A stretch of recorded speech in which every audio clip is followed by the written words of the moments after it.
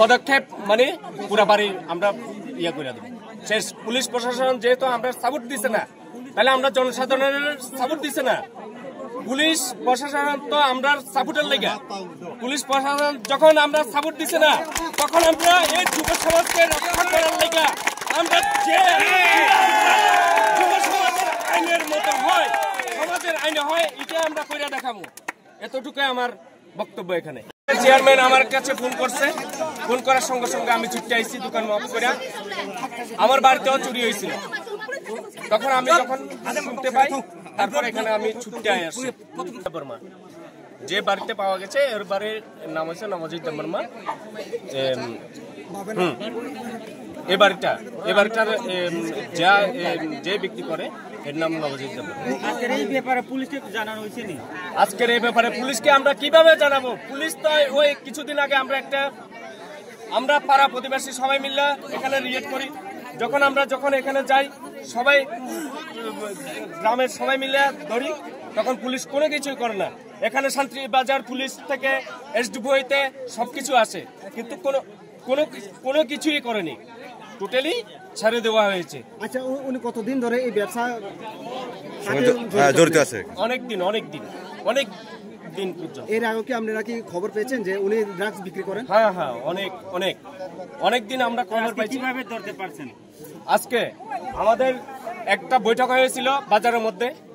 বৈঠকের সময় সবাই মিলে একটা সিদ্ধান্ত নেওয়া হয়েছিল যে নেশাকে আমরা বিলুপ্ত করতে হলে সব মিলে এলাকাবাসী যখন আমরা সবাই এক কথা হব, তখন আমরা এই ড্রাগসকে বিলুপ্ত করা হবে।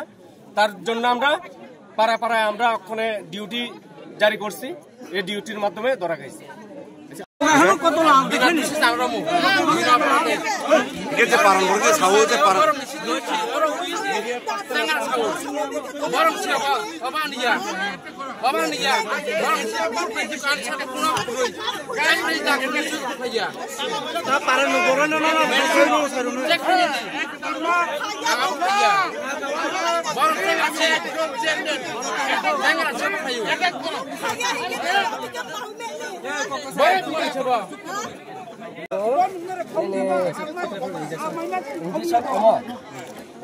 প্যাকেট এরপরে ইনকে পয়সা রাখ বরং যে বিশন যে মানে ওরা বিশন টোটালি কুপলং নাম্বার 1 জমাকে মাজা খা। এরপরে পারানি বড় যে আপনি মিটিং খাইল, যখন তদন্ত খাই মাজা খাইকে আবনে একশন দিন আজ শুনি সাজা নিয়েছি, তখন মানে পারানি বড় যে খালি তুমি বড় আমাকে তাবক মাজা কথা মাজা করে টোটালি অলরেডি সাজা মাজা খাকে অবনি পড়া তদন্ত না হেলে সাজা।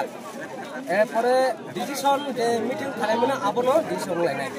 আমরা যত না, আমার নাম কৃষ্ণ দেবনাথ, আমি এই এলাকার লোক।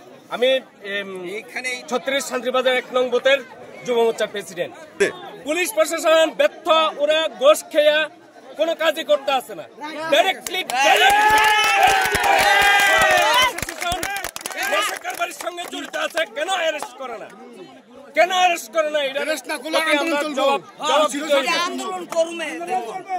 না হলে আমরা বৃহত্তর আন্দোলনে যাবো।